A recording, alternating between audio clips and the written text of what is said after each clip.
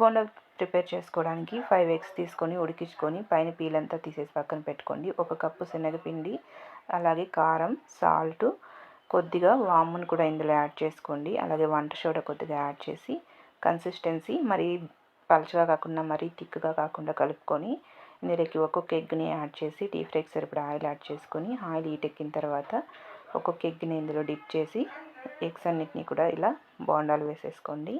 ఇలా వేసేసుకొని 2 సైడ్స్ బాగా కాలిన తర్వాత 2 వైపులు తిప్పుకుంటూ బాగా కాల్చుకొని సపరేట్ గిన్నెలోకి తీసేసుకొని పక్కన పెట్టేసుకుందాం. ఇప్పుడు వీటిని మధ్యలో కట్ చేసుకొని కొద్దిగా రెడ్ చిల్లీ పౌడర్ అలాగే కొద్దిగా సాల్ట్ని పైనంతా కూడా యాడ్ చేసుకోండి.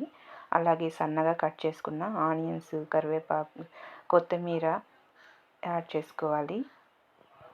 ఆనియన్స్, కొత్తిమీర యాడ్ చేసుకొని కొద్దిగా లెమన్ జ్యూస్ పిండుకుంటే ఎంతో టేస్టీ ఎగ్ బోండా రెడీ.